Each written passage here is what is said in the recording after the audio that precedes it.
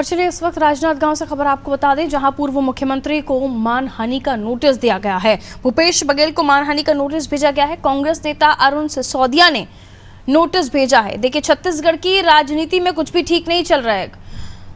कांग्रेस के अंदर से ही विद्रोह के सुर उठ रहे हैं। कभी ये कहा जाता है कि स्लीपर सेल काम कर रही है कांग्रेस के अंदर ही, कभी ये कहा जाता है कि कांग्रेस में कई तरह के बयानबाजियों का दौर चल रहा है। और इसी बीच पूर्व मुख्यमंत्री भूपेश बघेल को कांग्रेस नेता अरुण सिसोदिया नोटिस भेजते हैं, वो भी मानहानि का। अपने आप में अलग ही तरीके की पॉलिटिक्स छत्तीसगढ़ में देखी जा रही है, जहां इस राजनांदगांव से शशांक हमारे साथ जुड़े हुए हैं। इस खबर पर उनसे हम और भी जानकारी लेंगे। शशांक, जाहिर है छत्तीसगढ़ की राजनीति में कांग्रेस के अंदर विद्रोह के सुर उठ रहे हैं, एक दूसरे पर आरोप प्रत्यारोपों का दौर चल रहा है, विपक्ष का जो है अपने ही अंदर गुटबाजी से परेशान। और इसी बीच भूपेश बघेल को कांग्रेस नेता अरुण सिसोदिया ही नोटिस भेज देते हैं मानहानि का।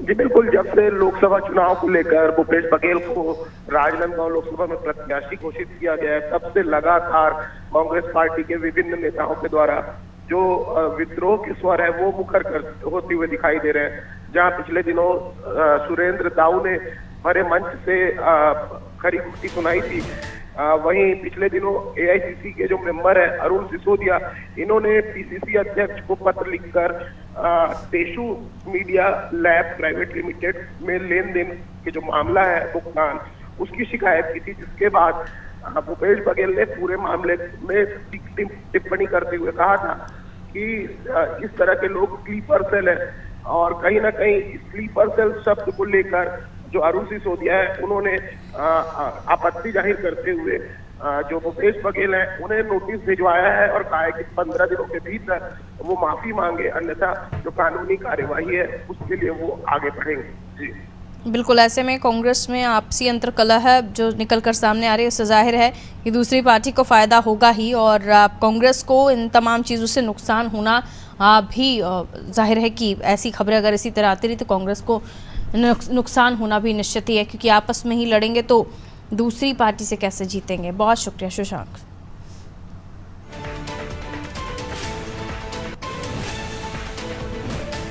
तो भूपेश बघेल को मानहानि का नोटिस भेजा गया है और वक्त के साथ ही जवाब देने के लिए नोटिस में कहा गया है, अन्यथा भूपेश बघेल पर कार्रवाई होगी। लेकिन दिलचस्प ये है कि नोटिस किसी और ने नहीं, कांग्रेस नेता अरुण सिसोदिया ने ही भूपेश बघेल को दिया है।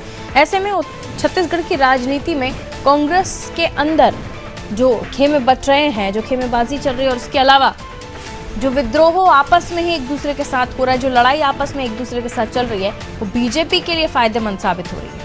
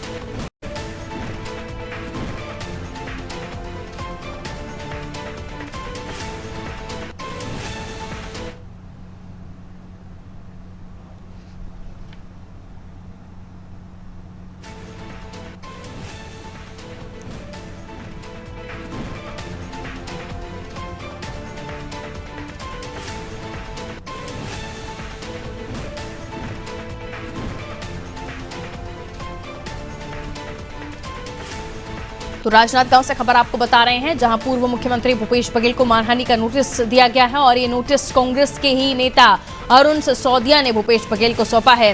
जिसके बाद ये कयास लगाए जा रहे हैं कि इसी तरह की स्थितियां बनती रहीं, इसी तरह की खबरें आती रहीं कांग्रेस के अंदर खाने, तो बीजेपी के लिए फायदेमंद साबित होगा, और कांग्रेस के लिए जाहिर है बहुत ही बड़ा नुकसान, क्योंकि आपस में ही खेमेबाजी हो रही है कांग्रेस के अंदर, आपसी ही लड़ाई अंतर्कलह से कांग्रेस जूझ रही है, जिसकी वजह से कांग्रेस को इस चुनाव में नुकसान होना तय मानिए। और जाहिर है कि विधानसभा चुनाव में भी कांग्रेस को शिकस्त हासिल हुई थी, जबकि सत्ता में कांग्रेस थी, उसके बावजूद भी छत्तीसगढ़ के पूर्व मुख्यमंत्री भूपेश बघेल अपनी तत्कालीन सरकार नहीं बचा पाए थे।